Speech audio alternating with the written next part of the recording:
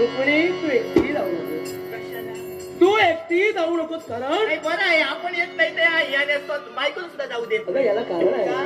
ही जी वेळ आहे ना ही अशुभ वेळ आणि अशुभ वेळी जाणं हे योग्य नव्हे. काम अगोदरच तयार करून ठेवला होता.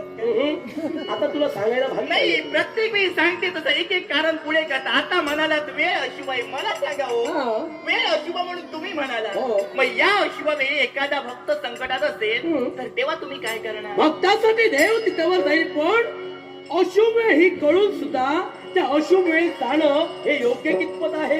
देवा जर तुमचा आशीर्वाद असेल ना तर या शुभ अशुभाचा विचार करत नाही. म्हणून तुमची फक्त आशीर्वादाची मला गरज. अगं माणसावर संकट काय येतात तर कदाचित झालेले संकेत हे त्याला कळत नसतात. तुला आता मी अशुभ वेळ सांगितली आणि म्हणून ती अशुभ वेळ न मानता तू जाण्याचा हट्ट करू लागली. पुढे काय घडेल त्या दोष माझाच आहे. तेव्हा संगीताचं तुम्ही सांगता पण मन इंद्रियांचा राजा. माझ्या मनाला आता इच्छा निर्माण झाली मग तिथं माझा दोष झाला का.